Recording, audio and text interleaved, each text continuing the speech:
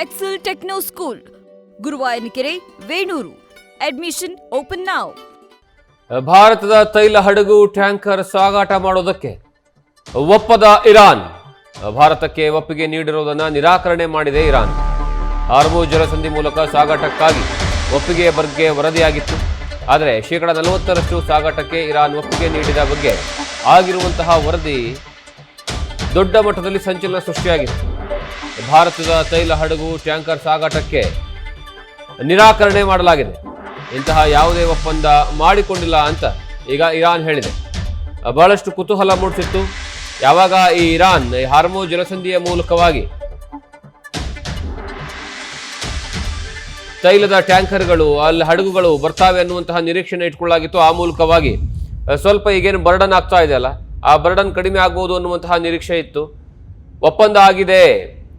ಅಲ್ಲಿಂದ ಏನಂದ್ರೆ ಬರೋದಕ್ಕೆ ಇರಾನ್ ಅವಕಾಶವನ್ನ ಕೊಟ್ಟಿದೆ ಹಾರ್ಮುಜ್ ಜಲಸಂಧಿಯ ಮೂಲಕವಾಗಿ ಕತಾರ್ನಿಂದ. ಯಾಕಂದ್ರೆ ಅತಿ ಹೆಚ್ಚಿನ ಪ್ರಮಾಣದಲ್ಲಿ ನಾವು ಈ LPG ಗ್ಯಾಸನ್ನ ಆಮದು ಮಾಡಿಕೊಳ್ಳೋದು ಕತಾರ್ನಿಂದ.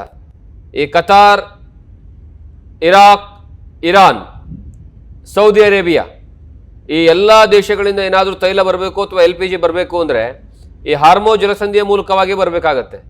ಈ ಹಾರ್ಮುಜ್ ಜಲಸಂಧಿಯನ್ನು ಕಟ್ ಮಾಡಿರುವಂತಹ ಪರಿಣಾಮವಾಗಿ ಈಗ ನಮಗೆ ಈ ಒಂದು ದೊಡ್ಡ ಮಟ್ಟದಲ್ಲಿ ಪರಿಣಾಮ ಬೀರ್ತಾ ಇದೆ.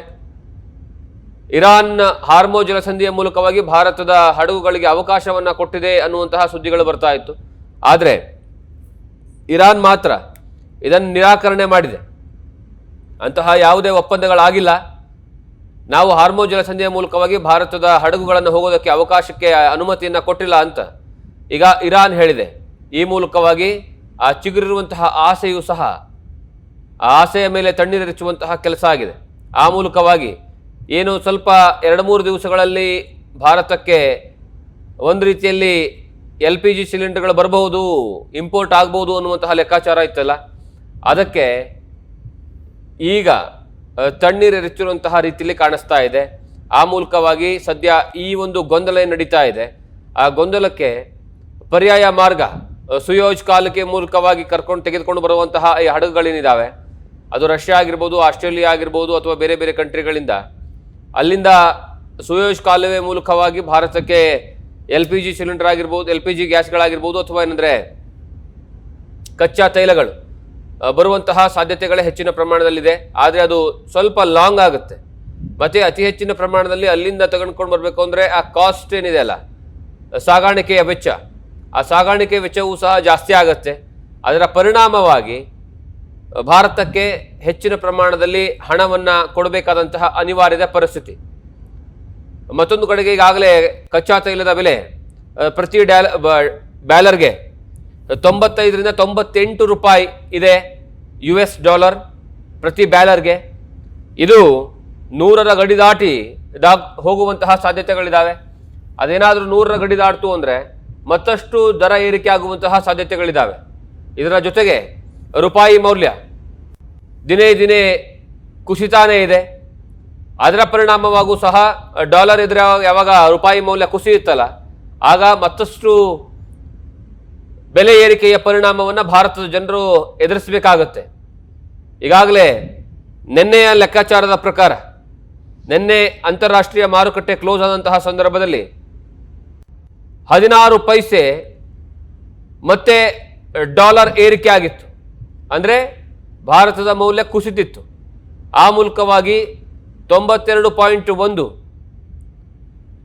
ಪ್ರತಿ ಡಾಲರ್ಗೆ ಭಾರತದ ಕರೆನ್ಸಿ ಇದ್ದಿದ್ದು 92.01 ಅಷ್ಟು ಏರಿಕೆ ಆಗಿತ್ತು. ಇದೆಲ್ಲದರ ಮಧ್ಯೆ ಈಗ ಹಾರ್ಮುಜ್ ಜಲಸಂಧಿಯ ಮೂಲಕವಾಗಿ ಭಾರತ ಏನು ಕಚ್ಚಾ ತೈಲವನ್ನು ಮತ್ತು ಗ್ಯಾಸನ್ನು ತೆಗೆದುಕೊಂಡು ಬರೋದಕ್ಕೆ ಇರಾನ್ ಜೊತೆಗೆ ಮಾತುಕತೆ ಆಡಿರುವಂಥದ್ದು ಸಕ್ಸಸ್ ಆಗಿತ್ತೆ ಅಂತ ಹೇಳ್ತಾ ಆಗ್ತಿರಲ್ಲ, ಅದು ಸಹ ಫೇಲ್ಯೂರ್ ಆಗಿದೆ. ಅದು ಯಾವುದೇ ಕಾರಣಕ್ಕೂ ಒಪ್ಪಂದ ಆಗಿಲ್ಲ ಅನ್ನುವಂತಹ ವಿಚಾರವನ್ನು ಸ್ವತಃ ಈಗ ಇರಾನ್ ಹೇಳ್ತಾ ಇದೆ. ಹಾಗಾಗಿ ಭಾರತಕ್ಕೆ ಮತ್ತಷ್ಟು ದಿವಸಗಳ ಕಾಲ ಈ ತೈಲ ಮತ್ತು ಗ್ಯಾಸ್ ಬಗ್ಗೆ ಆತಂಕ ಪಡುವಂತಹ ಪರಿಸ್ಥಿತಿ ಇದೆ. ಆದರೆ ಅದನ್ನು ಹೊರತುಪಡಿಸಿಯೂ ಸಹ ಭಾರತ ಆಲ್ಟರ್ನೇಟಿವ್ ವ್ಯವಸ್ಥೆಗಳನ್ನು ಮಾಡ್ಕೊಳ್ತಾ ಇದೆ. ಆಲ್ಟರ್ನೇಟಿವ್ ಬರೋಬ್ಬರಿ 40 ದೇಶಗಳ ಜೊತೆಗೆ ಮಾತನಾಡ್ತಾ ಇದೆ. ಆ 40 ದೇಶಗಳ ಮೂಲಕವಾಗಿ ತೈಲವನ್ನು ಮತ್ತು ಗ್ಯಾಸನ್ನು ತರೋದಕ್ಕೆ ಸಕಲ ವ್ಯವಸ್ಥೆಗಳನ್ನು ಮಾಡ್ಕೊಳ್ತಾ ಇದೆ. ಈಗಾಗಲೇ ರಷ್ಯಾ ಜೊತೆಗೆ ಮಾತುಕತೆ ಆಡಿದೆ. ರಷ್ಯಾ ಈಗಾಗಲೇ ಕಚ್ಚಾ ತೈಲವನ್ನು ಕೊಡೋದಕ್ಕೆ, ಗ್ಯಾಸನ್ನು ಕೊಡೋದಕ್ಕೆ ಒಪ್ಕೊಂಡಿದೆ. ಆದರೆ ಅದು ರಷ್ಯಾದಿಂದ ಭಾರತಕ್ಕೆ ಬರುವಂತಹ ಮಾರ್ಗ ಇದೆಯಲ್ಲ, ಆ ಮಾರ್ಗ ಸುಯೋಜ್ ಕಾಲುವೆ ಮೂಲಕವಾಗಿ ಬರಬೇಕು. ಆ ಸುಯೋಜ್ ಕಾಲುವೆ ಮೂಲಕವಾಗಿ ಬರಬೇಕು ಅಂದರೆ ಇಟ್ ವಿಲ್ ಟೇಕ್ ಟೈಮ್. ಅದು ಕಾಸ್ಟ್ ವೈಸು ಜಾಸ್ತಿ ಆಗುತ್ತೆ, ಸಾಗಣೆಯ ಸಮಯವೂ ಸಹ ಹೆಚ್ಚಿಗೆ ಮಾಡುತ್ತೆ, ಇದರಿಂದ ಸ್ವಲ್ಪ ಎಫೆಕ್ಟ್ ಆಗುತ್ತೆ. ಆದರೆ ಆಲ್ಟರ್ನೇಟಿವ್ ವ್ಯವಸ್ಥೆ ಮಾಡಲೇಬೇಕು, ಆ ಕೆಲಸವನ್ನು ಮಾಡ್ತಾ ಇದ್ದಾರೆ.